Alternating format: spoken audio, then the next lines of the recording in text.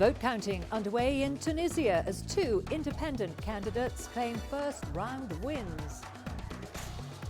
And Rwanda and Uganda officials to meet in Kigali to discuss restoring relations.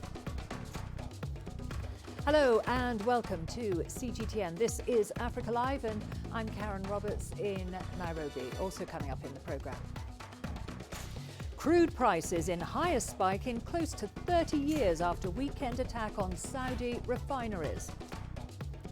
And in sport, Somalia's national football team's 2022 FIFA World Cup qualifier heroics prove the country has made big strides in the growth of the sport. Authorities in the Democratic Republic of Congo say at least 30 people are still missing after a boat capsized in the Congo River. The vessel, reported to have been carrying around 102 passengers and cargo, had departed from Mai Ndombe province in the DRC's northwestern region. It was bound for Kinshasa when it sank near to the city centre in the municipality of Maluku. The incident is reported to have taken place in the early hours of Sunday morning. 76 people have been rescued by the afternoon. The cause of the accident remains under investigation. Lake and river transport is widely used in the DRC. Accidents are common and often caused by overloading and the unsafe state of the vessels. I was informed this morning of the sinking not far from Maluku of a whaling ship that had about 102 people, of whom 60 survived. There are 30 missing. There are other survivors who were near Brazzaville, and then there are dead people spotted near Brazza too. We will have to give the Red Cross the means to search for the bodies without life that we must recover and bury with dignity. Police in the Democratic Republic of Congo have arrested the former health minister, Oli Ilunga, for allegedly embezzling funds meant for tackling the Ebola outbreak. Well, according to police, they arrested Ilunga after learning that he was planning to flee the country to neighbouring Republic of Congo. CGTN's Chris Ochemringa has more from Kinshasa. The DRC's former health minister was arrested on Saturday in the capital, Kinshasa. Police say they found Mr. Oli Ilunga hiding in a flat. They believe he was planning to flee the country to the neighboring Republic of Congo to avoid prosecution. But Mr. Ilunga's lawyer has denied he had such plans. Oli Ilunga resigned as health minister in July this year after President Felix Tshisekedi replaced him as the head of the Ebola response. Shortly after his resignation, Congolese officials questioned him about the use of funds meant for tackling the Ebola outbreak and banned him from leaving the country. Police say he will be charged in court on Monday the 16th. Foreign donors have provided more than $150 million for the Ebola outbreak since it was first declared in August last year. The epidemic has killed more than 2,000 people in North Kivu and Ituri provinces since its onset. Chris Ochemringa, CGTN, Kinshasa, Democratic Republic of Congo. Well, we are going to talk to Chris about the top story that we mentioned about the sinking of the boat in the Democratic Republic of Congo, where at least 30 people are still missing after the boat capsized. Chris, can you give us an update on the rescue and recovery efforts there?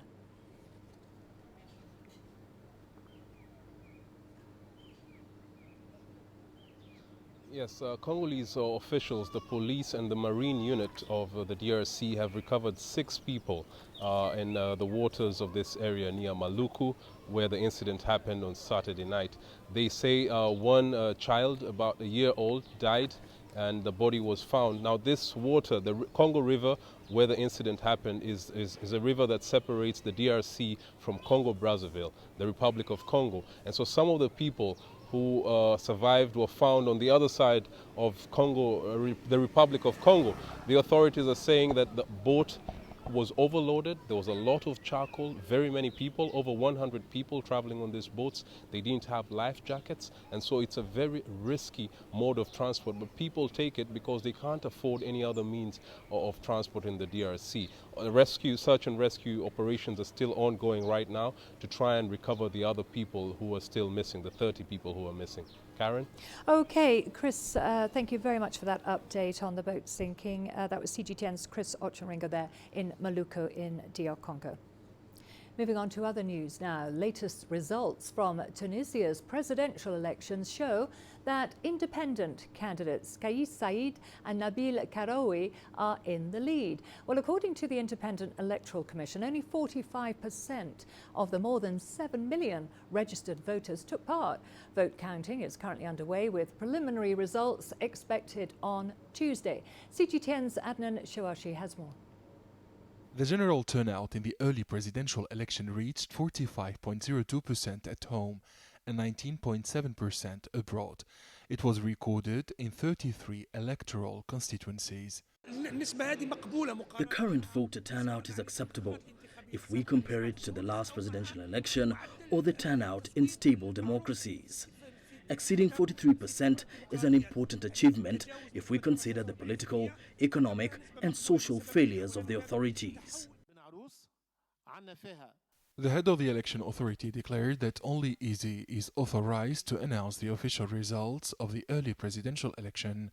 Nabil Bafoun noted that there is no contradiction between the penal code and the electoral code with regard to presidential candidate Nabil Al-Qaroui, who is in pre-trial detention.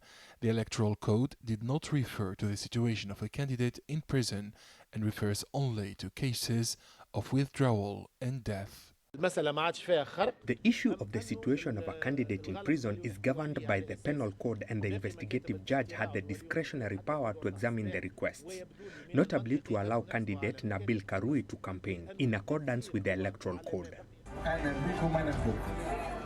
Nabil Al-Qaroui, presidential candidate of the party Heart of Tunisia, is awaiting trial in a case filed by the organization iWatch over suspected money laundering. Our candidate Nabil Karoui visited inner regions and solved the problems of Tunisians before building his party and reaching power. He was arrested because he was leading polls as the favorite candidate. We call for his immediate release. According to Tunisian and foreign observers, 97% of the polling stations have complied with the legal procedures and have not experienced any offenses that could disrupt the voting process. The head of the Independent High Authority for the election said that EZ will begin announcing the partial results of the 33 constituencies in Tunisia and abroad in the next few hours. The final result will be announced at a press conference on Tuesday. Adnan Shawashi, CGTN, Tunis. Well, we can now cross live to Adnan Shawashi, who is in Tunis for us. So the first exit polls in the election suggest a victory for the two political outsiders. Can you tell us more about this?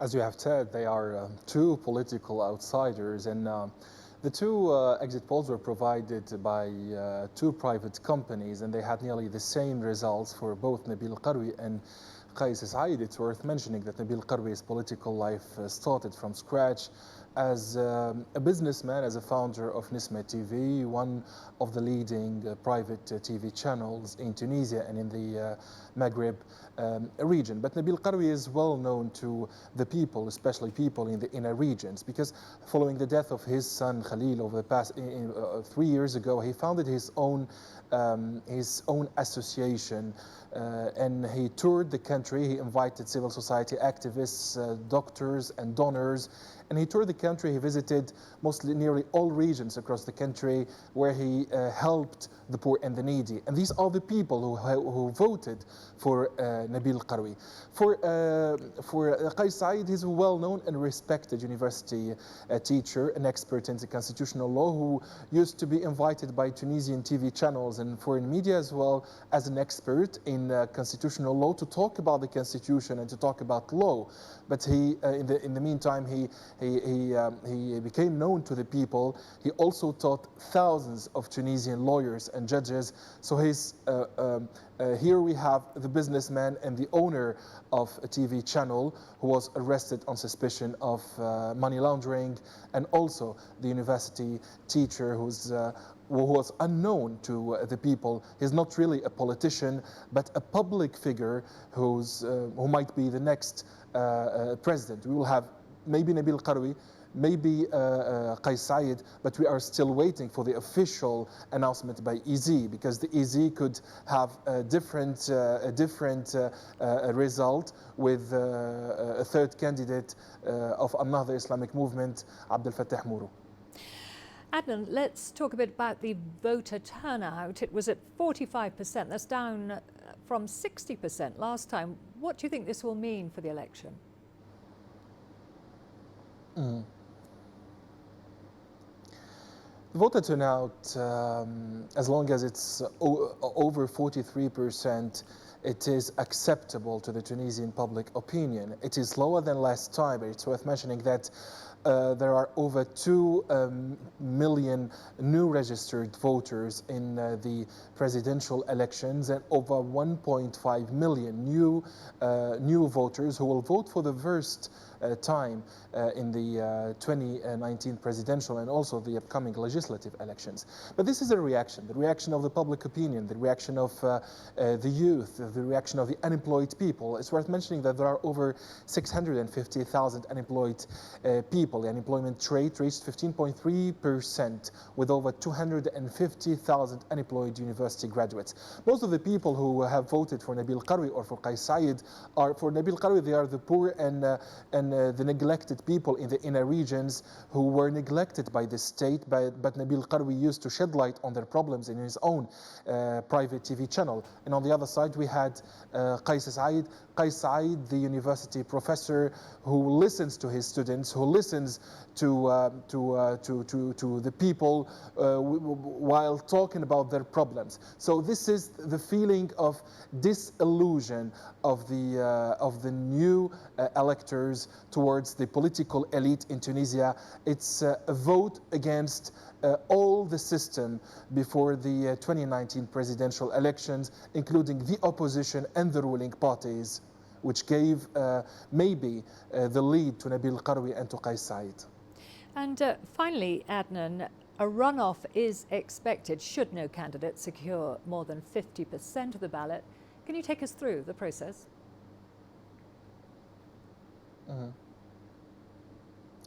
The final results will be announced by the High Independent Authority for Elections tomorrow, Tuesday, and manual counting is underway in 24 regions across the country.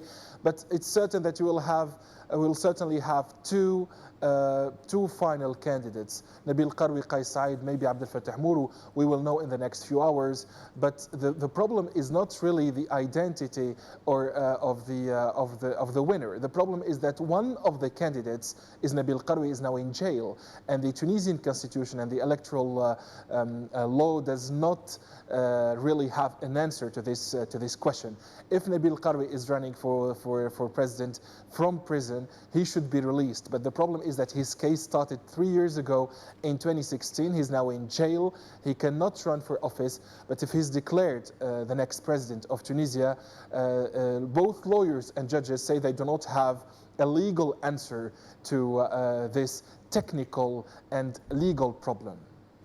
Okay, thank you very much for that. That was Adnan Chouachi there in Tunis following the elections in Tunisia. We are going to a short break now. Don't go away, lots more to come, including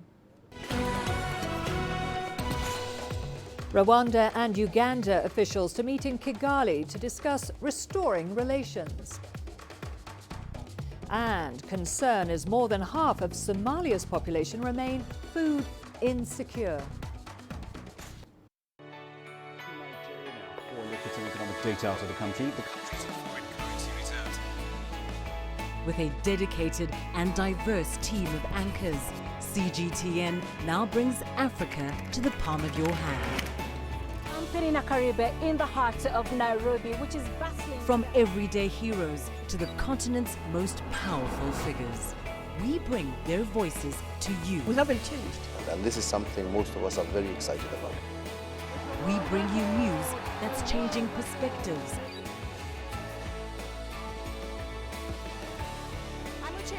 Reporting from Nairobi City Center. News that brings Africa to the world.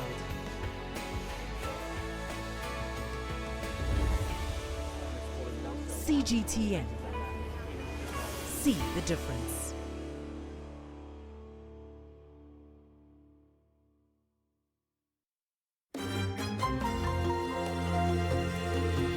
Africa Live. Find your voice.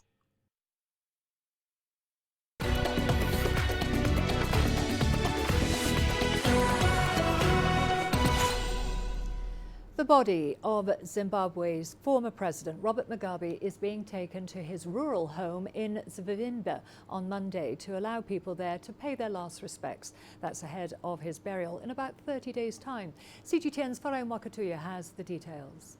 Robert Mugabe is heading home one final time. His body is expected to leave his residence in the capital, Harare, headed for Zvimba, where it will lie in state overnight. Thousands of people from his home province of Mashonaland West are expected to pay tribute and their last respects at his rural home as well as on the highway heading there. On Tuesday, his body will be brought back to Harare and taken to a mortuary where it will await his burial at the National Heroes Shrine, where construction work has already begun on a mausoleum where he will be laid to rest. Construction work is expected to be completed within 30 days. Farai Mwakatuya, CGTN, Harare, Zimbabwe. South Africa's President Cyril Ramaphosa has appointed special envoys to deliver messages of solidarity to several heads of state and governments across Africa. This move follows recent attacks on foreign nationals. The envoys will brief other African countries on the steps Ramaphosa's government has taken and will continue to take to combat acts of xenophobia in the country. CGTN's Yolisa Njamela has more on that story. President Cyril Ramaphosa says South Africa's standing and image has been dented by the xenophobic attacks. The president wants everyone who's been affected by the attacks to know that South Africa is doing everything it can to restore law and order and basically stop the attacks. He has thus sent special envoys to a number of countries on the continent to convey a message of regret and try to repair the damage. The teams will also announce steps to be taken by South Africa to bring an end to the attacks. The special envoys have already departed and are being headed by former Minister Jeff Radebe. Radebe has specifically been deployed to Nigeria and other countries in West Africa. It's not clear where other officials have been sent to. Other countries the envoys will be visiting include Senegal, Tanzania, Ghana, and the Republic of Congo. The special envoys have also been tasked to reassure fellow Africans that South Africa remains committed to the ideals of Pan-Africanism and upholding the law. Yolisa Njamela for CGTN in Johannesburg, South Africa. Dignitaries from both Uganda and Rwanda are meeting in Kigali today to discuss the implementation of their Luanda Pact. Well, the Memorandum of Understanding between the two countries was signed by Ugandan President Yoweri Museveni and his Rwandan counterpart Paul Kagame in August during a summit in Angola. The neighbouring countries have been experiencing a strained relationship, blaming each other for various problems, including spying and border issues. An ad hoc commission provided in the MOU will tackle issues between the two countries to end the standoff. Also stated in the document is the resumption of cross-border activities such as the movement of people and goods. Well, to discuss this further, we are now joined by Nicholas Opillo, a political analyst and human rights advocate in Kampala. Thank you very much for joining us. Rwandan and Ugandan officials are due to meet in Kigali. What should we expect from these talks? Well, the meeting in Kigali is a meeting that has been expected for a very long time. I think as a point of beginning, the leaders have to give some flesh to the MOU that was signed in August in Luanda, Angola, because the MOU just provided broad frameworks for further discussion. So I think that the meeting in Kigali must first of all start by just providing details to not just the identification of the problem, but how they seek to see the problem being resolved. Immediately after signing this MOU in Angola, the Foreign Affairs Minister of Rwanda went on social media and laid out what they were expecting from Uganda. The Ugandan government has been silent on a response to that, so the hope is that they'll provide some clarity as to exactly what conflict they are dealing with between the two countries. So, short on details, they need to flesh out this MOU. Analysts have repeatedly said that relations between Rwanda and Uganda are too important to be sacrificed. Do you think that there is enough political will to normalise ties between the countries? It is important to note that this is not the first time the two countries have gone at each other. For a very long time, we have had episodes of conflict between the two countries. Perhaps the only difference this time is that the borders have been closed for a very long time. I think that the question is not whether there is political will, but whether there is necessity for the border to open up, because the impact of closure of the border, the impact of this conflict on the different communities is immense. People have lost lives, people have lost businesses. But don't forget that the two leaders have a long history. Paul Kagame fought alongside President Museveni in the 1980s in Uganda and saw Museveni into power before going back to Rwanda to become the head of state. So I think that the economic pressure, the pressure of the communities will make these leaders come to the table and agree to reopen relations between the two countries.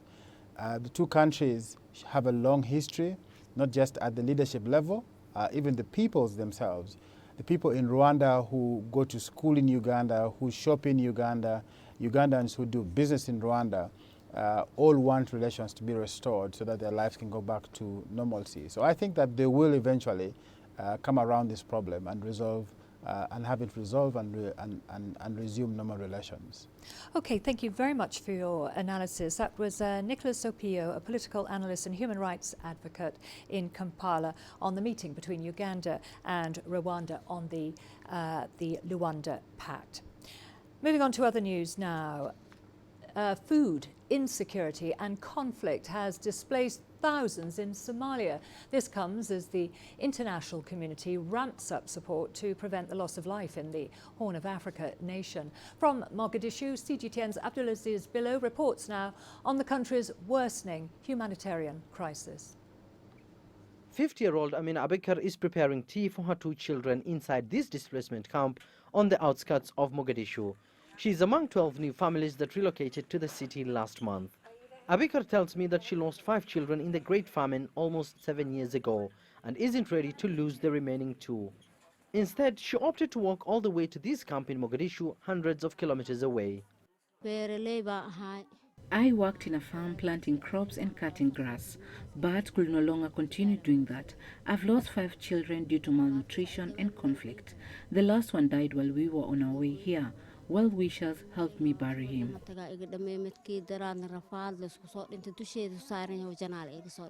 Government forces have in recent months increased the ground offensive in rural areas of south-central Somalia, pushing out militant groups from some of these regions. Aid agencies estimate that more than 250,000 people were uprooted from their homes since the beginning of the year, with over 2 million people, or a fifth of the country's population, at risk of starvation. The latest arrivals are from farming communities along rivers. It's basically conflict and a humanitarian crisis that has forced them out of their homes. I have accommodated them at my home until well-wishers assist them. A combination of drought, conflict and rising insecurity has displaced more than 250,000 Somalis in the past few months. Majority have been forced to relocate to major cities such as Mogadishu, including this camp known as Hirshabelle, that is now home to more than 500 new displaced persons fleeing conflict from the lower and middle Shabelle regions. If you take action earlier on predictable problems, you find the solution is cheaper and you have much less suffering. The harvest has been very poor, the main harvest, and I really urge all the donors to build on what's been done over the last few months to ensure that we can keep the humanitarian situation stable and the country doesn't revert to some of the kind of problems we've seen here earlier. That would be a very good value investment to enable all the other positive progress that we're seeing here in Somalia to continue. 6 million people, or half of the country's population, remain food insecure. Farmers and pastoralists are among the hardest hit. Experts now hope that authorities and aid agencies will act on early warnings to avert famine and loss of lives. Abdelaziz Bouteflika, CGTN, Mogadishu, Somalia.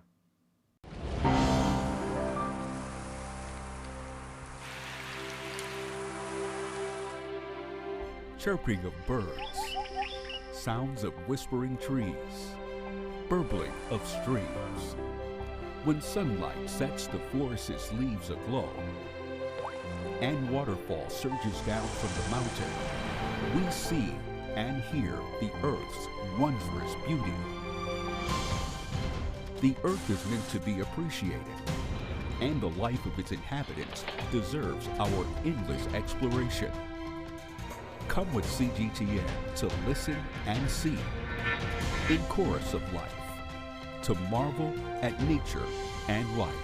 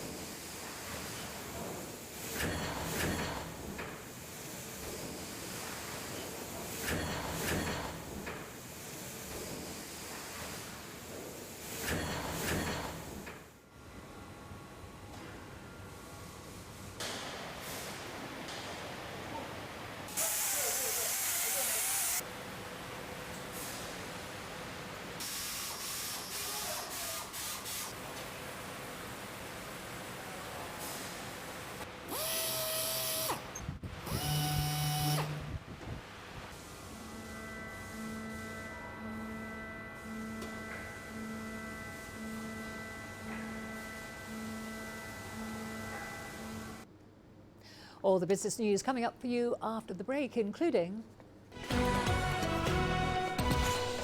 crude prices in highest spike in close to 30 years after weekend attack on Saudi refineries. And football star Didier Drogba takes his inspiration from the field to the entrepreneurial space. Africa is the nexus of enterprise, and global business will tell you why it matters. From the mega investment projects to multi-billion-dollar mergers and acquisitions. Africa today collects, just in terms of revenues from taxes alone, $545 billion a year. If you take 10% of that and you devote it to the energy sector, problem solved. All this on Global Business, weekdays at this time on CGTN. You don't find the stories of North Africa by sitting on the sidelines. You've got to get out, go there, and you'll find them. In the bazaars of Casablanca. Among the crowds in Cairo. Who come to visit Cairo, the ancient capital of Egypt. Along the waters of the Nile. Along the sands of the Sahara. No one else will take you where we can in North Africa. No one else will show you what it's all about. CGTN, see the difference.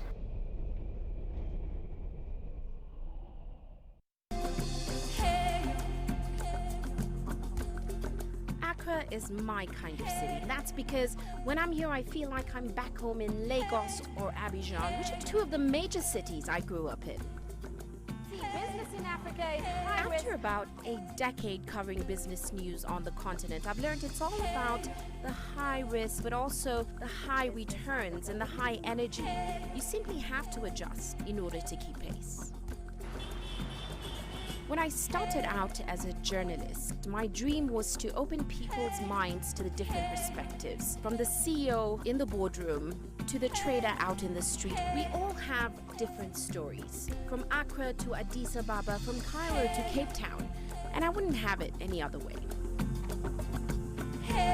Here at CGTN, we realize that Africa is on the move, and it's moving fast, but we're moving right along with it. I'm Ucheo Koronkwo, and I'm a business anchor and reporter at CGTN.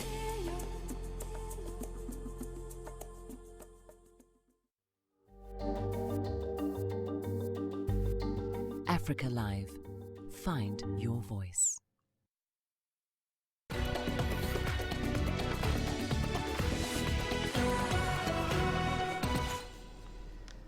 Drone attacks on 2 Saudi refineries have led to a record-breaking spike in oil prices.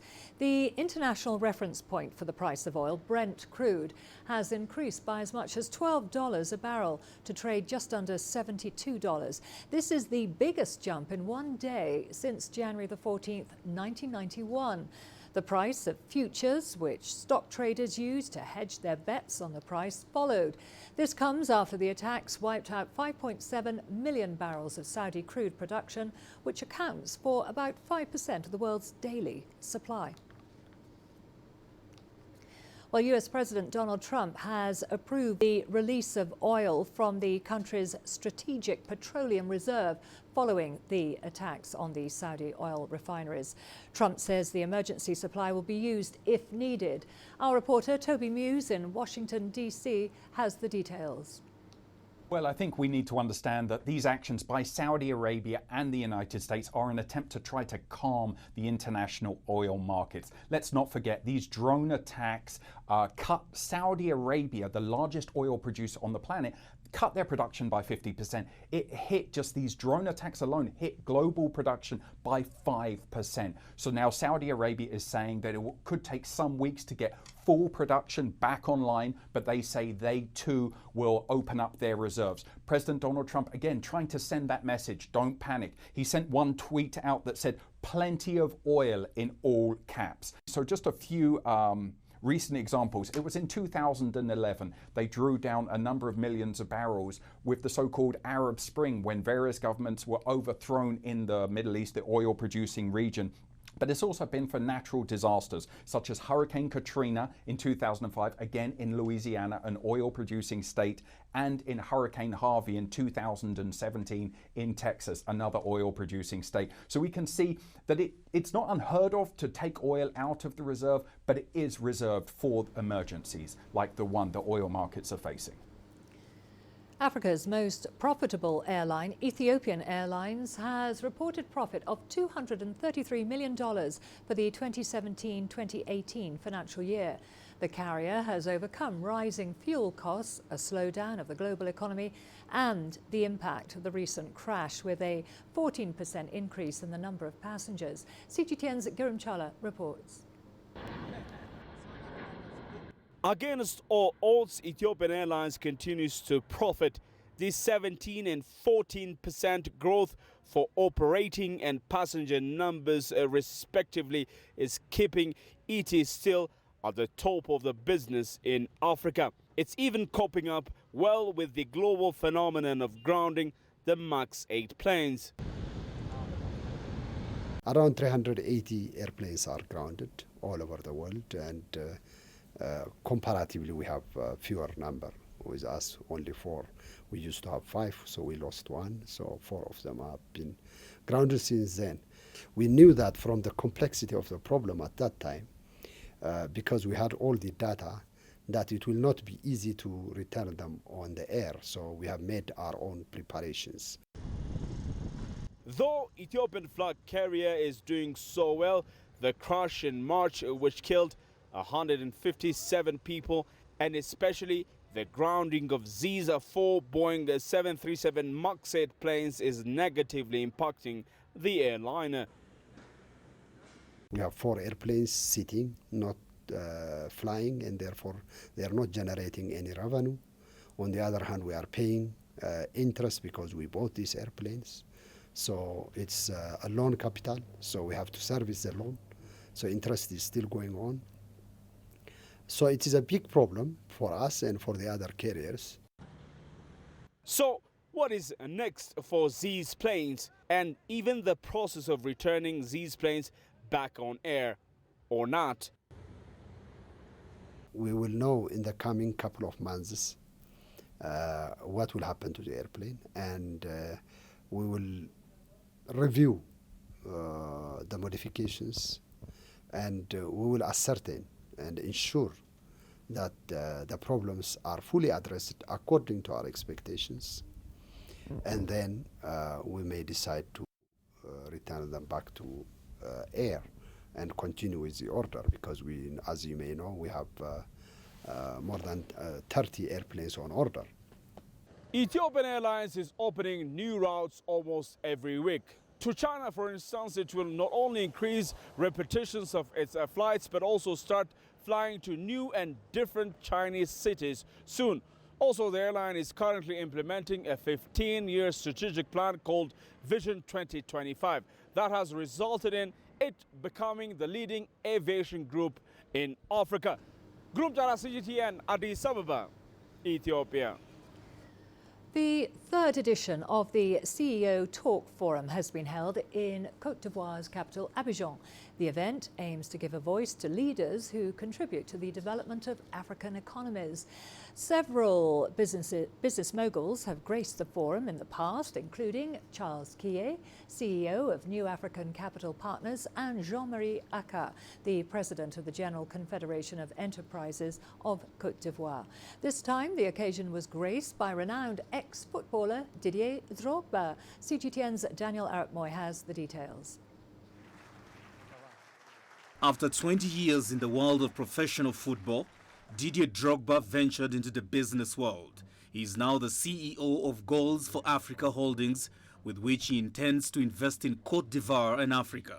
The transition and successful conversion into the business world has seen him share his experiences to encourage young entrepreneurs during the third edition of the CEO Talk. J'ai fait plusieurs tentatives par le passé qui ont été infructueuses.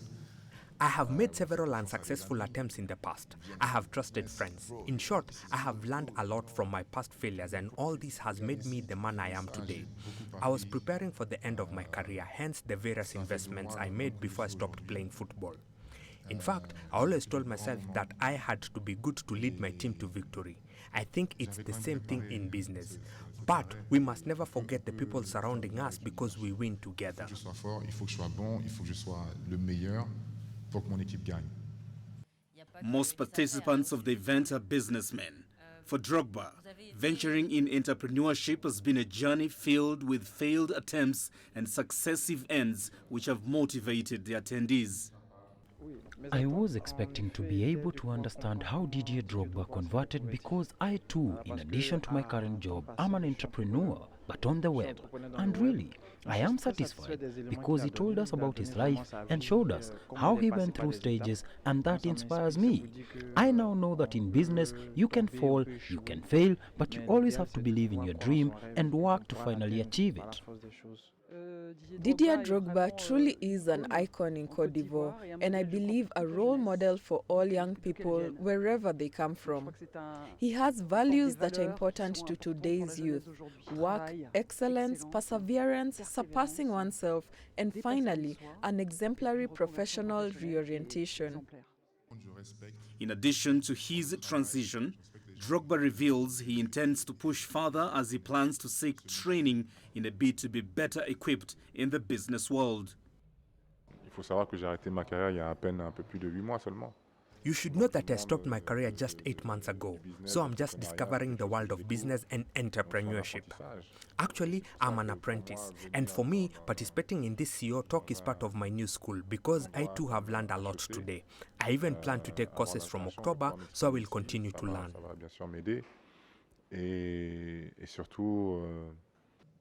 In Côte d'Ivoire, Drogba has established himself as an important factor in the social field. He has organized various initiatives aimed at improving the health care to offer the disadvantaged access to medical services. Daniel Arap-Moy, CGTN. The United Auto Workers has revealed that its estimated 48,000 hourly workers at General Motors facilities would go on strike starting this Monday. This comes after the US labor contract talks reached a deadlock, signaling the first nationwide strike at GM in 12 years. During the negotiation, the firm says it offered more than $7 billion in investments. The company also offered 5,400 jobs, pay increases, improved benefits, and a contract ratification bonus of $8,000. The union has been pushing to halt GM's plans of shutting down assembly plants in Ohio and Michigan due to the record profits accrued in North America. The US auto industry has been facing slow sales and rising costs of launching electric cars that aim to curb carbon emissions. Strike will be effective at midnight tonight, 12:59 at 11:59 this morning, but effectively that notice is here and they're going to get prepared for it. This is a national strike. I want to be clear about something. This strike is about us. It is about standing up for fair wages, for affordable quality health care, for our share of profits, and for our job security. We are standing with our brothers and sisters who are temporary employees and in-progression employees who do the same work we do for less pay. We are united. We are strong. We are ready. We don't take this lightly. But General Motors needs to understand that we stood up for GM when they needed us.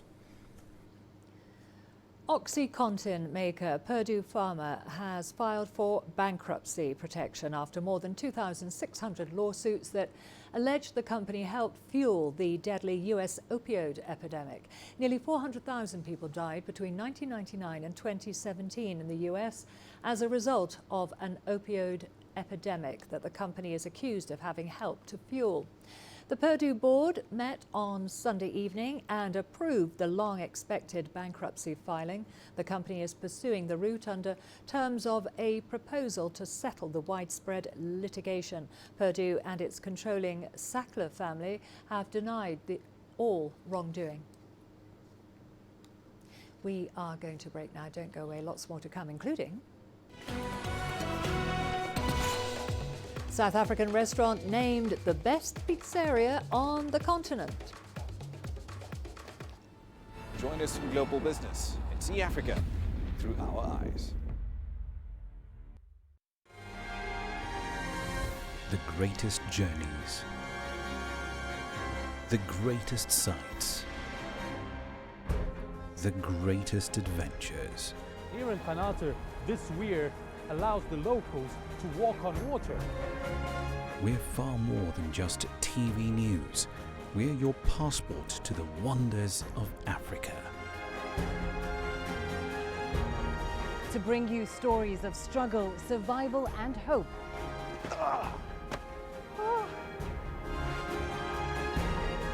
So let's explore.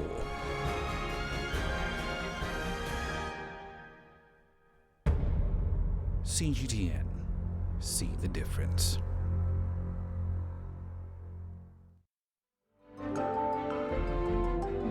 Africa Live. Find your voice.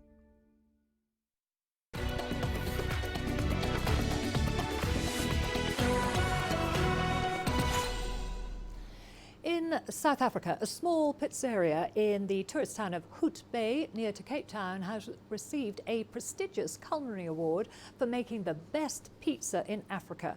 Winning the award was an unexpected honour for the owners of Massimo's Pizzeria.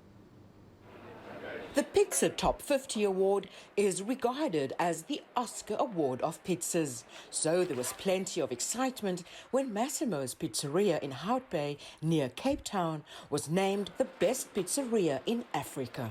We knew our pizza is great, but best in Africa was a great surprise, especially because the price, thank you, Station, because the price comes from Italy and from Napoli, which is the house of pizza. It's a great thing. They did the best, 50 best in Italy, the best in every other continent. For the first year this time, they did Africa. So we are the first best pizza in Africa. The award is incredible because we've been working so hard for so long to make sure that we continue with our the real, authentic Italian product, and we're just really proud of it. And that many of our customers who have been coming all that time, still supporting us, still coming, they already knew how good it was, and now we've had another sort of confirmation that we are doing the right thing. Massimo says his passion for food has always been inspired by his Italian family heritage, his wife Tracy, and their decade-long struggle to build their top pizzeria. If you are Italian, you love pizza. This is the Romana pizza, very thin, rolled with the rolling pin. The secret is to have very few ingredients, only 3 or 4 ingredients, no more, but the best quality. And then you need the oven very, very hot. As you can see the flame, the oven has to be 400 degrees. The pizza cooks in 70 to 90 seconds. When you order Massimo's Pizza, you're not just treating yourself to the best pizza in Africa. You're also helping to make a difference in someone's life. Ordering this hot Latina pizza means you're donating 5 rands towards a crime prevention program. And this Luna pizza means you're donating 5 rands towards an animal rescue group. We like to give back, and people give back to us. We support 11 different charities, with some pizzas giving some rand to a specific charity. And there's no doubt that plenty of love and compassion are key ingredients in Massimo's award-winning recipe for success. Renee Dalcom, CGTN, Hout Bay, South Africa. Uganda's Wildlife Authority rangers have shot dead a lion after it escaped from its cage. The 10-year-old lion, called Letaba, was a celebrated animal in the country. CGTN's Leon Esenyange reports. The incident happened in the midwestern part of Uganda. Letaba had escaped from his enclosure following a road accident. He was being transported from the Conservation Education Program in western Uganda. Wildlife rangers, the Uganda police and community leaders were alerted and immediately started the search for the lion. Efforts to tranquilize Letaba, who had already charged, failed. Authorities say the lion had killed 3 livestock and was a big threat to humans. He was later shot dead. The Uganda Wildlife Education Center says the decision to put out Letaba was a painful one. Letaba was an ambassador of conservation education in Uganda. He was brought into the country in 2015 as a donation from the Lion Park in South Africa. Leon Sanyange, CGTN, Kampala, Uganda. We've got all the sports news coming up for you after the break, including